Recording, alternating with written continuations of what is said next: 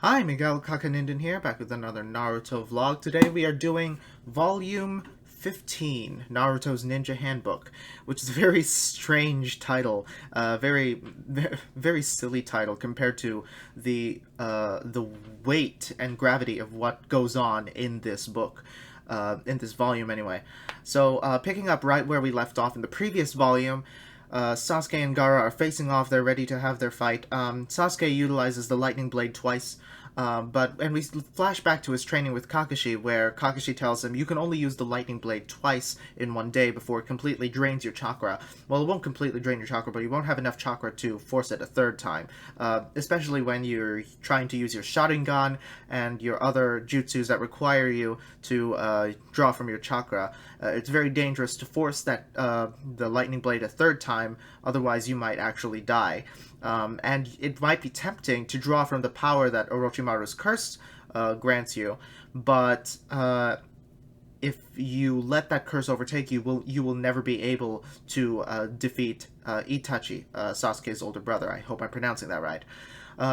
So Sasuke has to find a way. He tries to find a way to utilize the lightning blade a third time while simultaneously suppressing the mark that Orochimaru placed on him, which is beginning to overtake him again because he tried to use the lightning blade a third time. He has broken the seal on Orochimaru's curse, which I kind of suspected Sasuke would do. Like Orochimaru said, he has that need to he's an Avenger, not Marvel Avenger, but still an Avenger. So what ends up happening is the lightning blade has wounded Gaara. Sasuke has actually managed to wound Gaara twice, and Gaara, this is the first time he has actually been physically hurt, which means that he ends up getting a lot more bloodthirsty after this. Like, if I can kill the person who wounded me, then I will be able to truly be alive. And up till now, we've only seen Gaara as this really psychotic, the psychotic person whose his history has molded him into this person who, cannot, who does not feel empathy for anyone else except for him, because he has only learned to love himself, because he cannot get any love from the world. And here we learn why. First, when Sasuke is out of commission, in order to save him, Naruto and Sakura finally arrive on the scene. Sakura tries to protect Sasuke, but she is trapped by the Shukaku. This whole time, Gaara has been transforming like very, very slowly into a beast, and we see his transformation gradually take much more of an effect, as we see less and less of Gaara in his human form, and we see more and more of a Shukaku, which is the beast that inhabits him, until like he's fully beast. He's basically unrecognizable anymore, except for his eyes, which Naruto notes are very lonely eyes. And we see Sakura pinned to a tree, and Naruto he feels the need to save her, and we see a little bit of Gaara's backstory, and this is really where the emotional impact hits home, because it's very heartbreaking to see how Gaara's story could have been like Naruto's story, but it wasn't. Like, one small detail, that was my dog barking, I don't know if you could hear that, sorry, but one small detail causes Gaara to turn into a completely different person than Naruto. So Gaara, in this case, we see him in Sunagakure village as a kid. He is ostracized by the other kids for being creepy.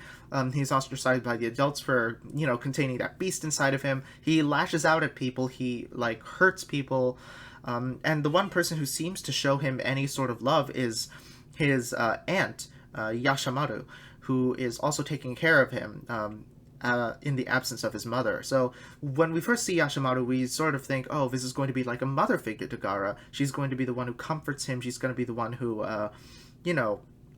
loves him in place of everyone else who cannot love him in return, in his parents' place, similar to how Master Iruka was for Naruto, right? So Iruka kind of seemed like a father figure for a little bit, and Naruto really looks up to him, really like draws on his memories of Iruka in times of need.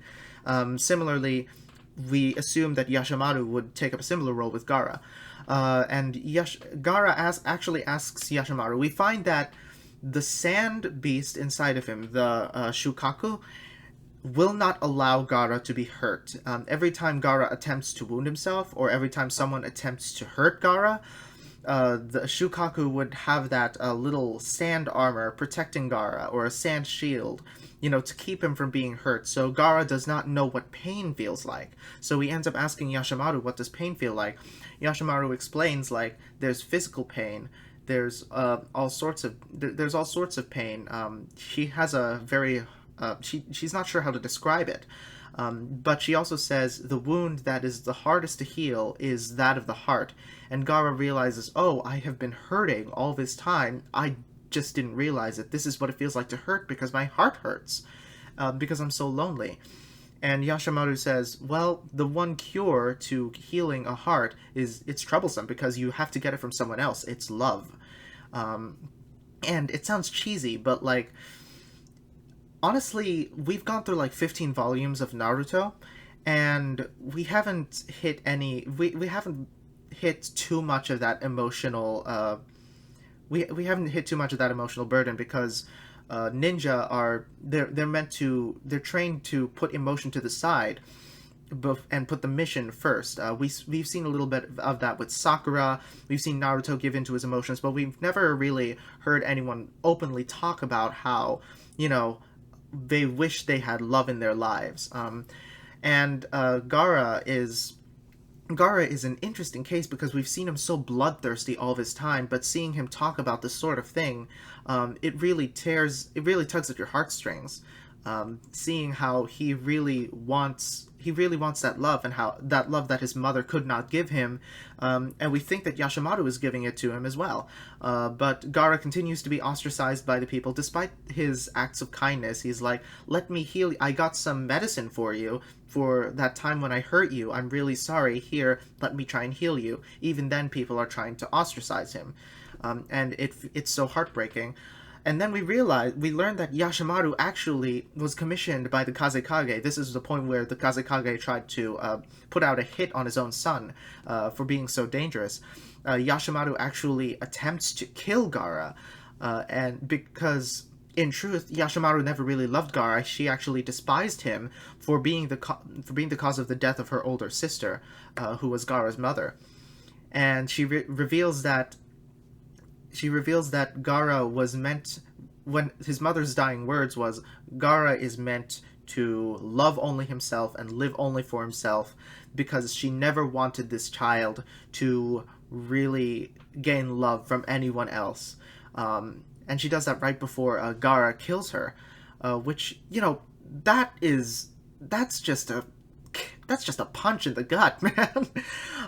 You feel really, really bad for Gaara. Like, the one person who he felt that he could count on in his life, Yashimaru, ends up being the person to not only kill him, but reveal that she never loved him, she never cared for him, and no one in the world would ever care for him. That is a real punch in the gut, and now I can kind of see how Gaara has been kind of messed up. We also learned that because the Shukaku is constantly trying to overtake Gaara's body, Gaara is afraid of falling asleep voluntarily. So whenever he voluntarily falls asleep, the Shukaku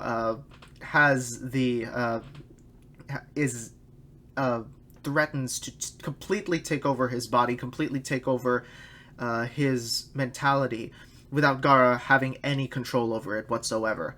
So that's why Gaara's eyes look that way. That's why he looks very creepy, because he's lost so much sleep.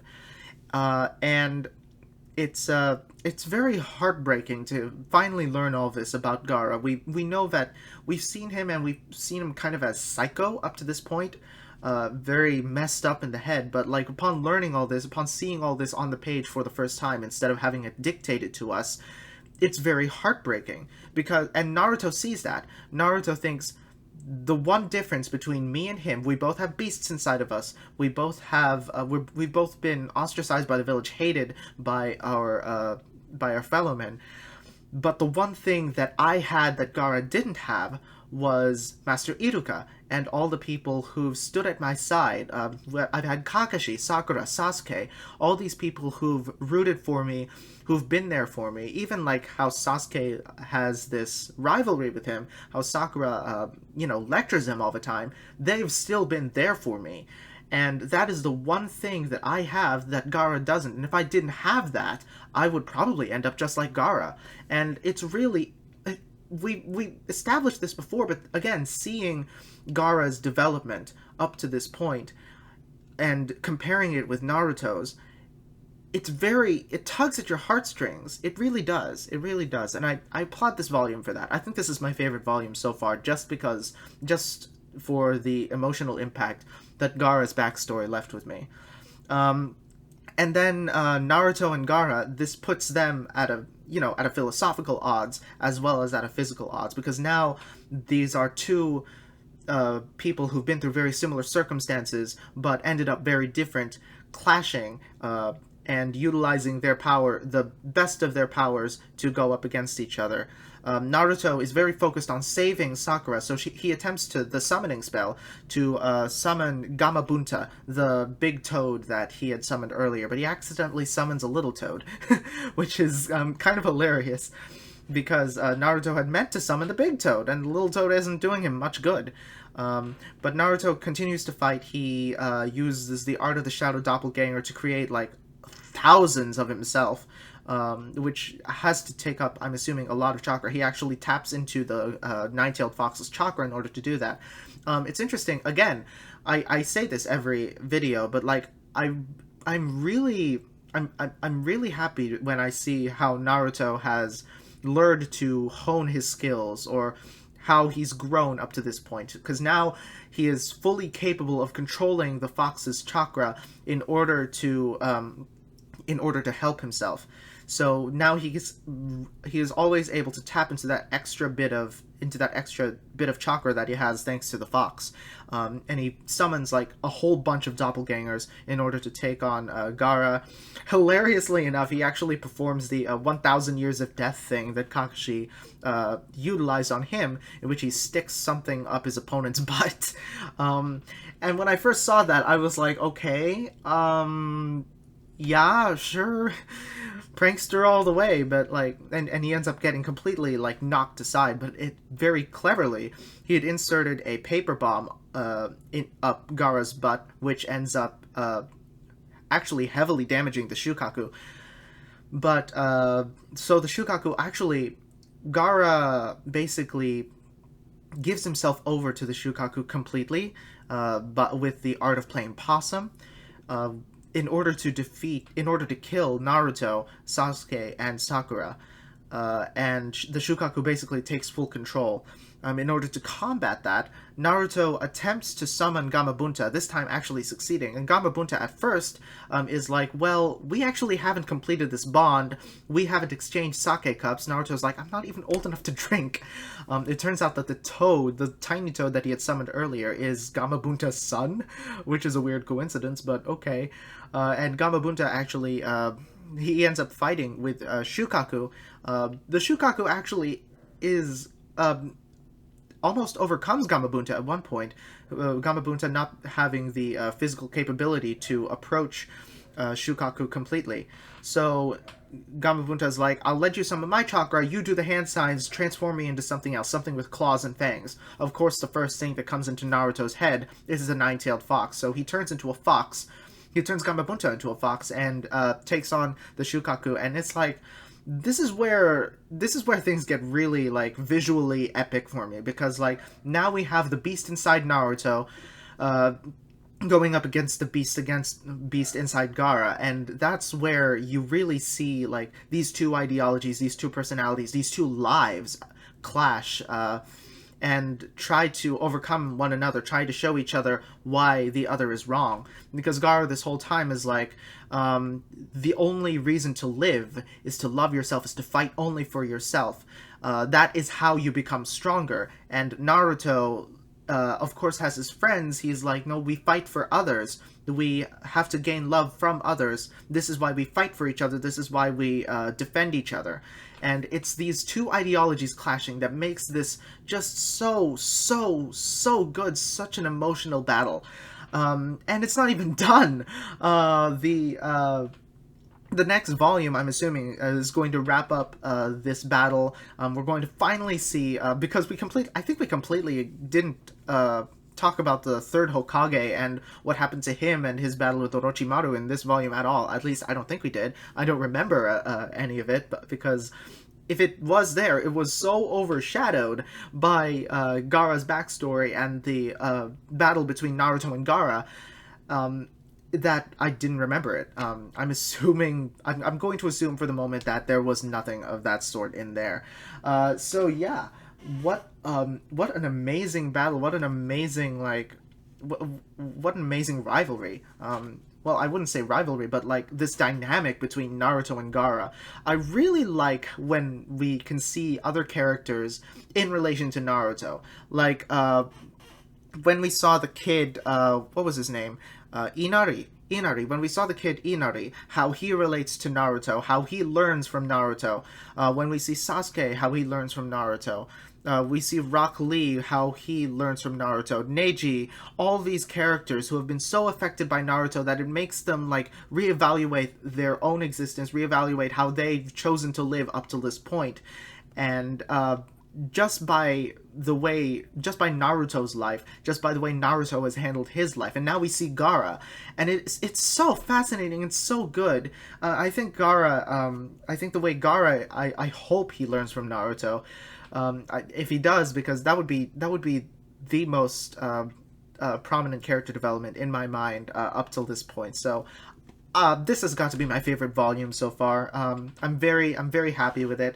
By the way, we are done with this book, and I will see you guys for volume 16. See you then.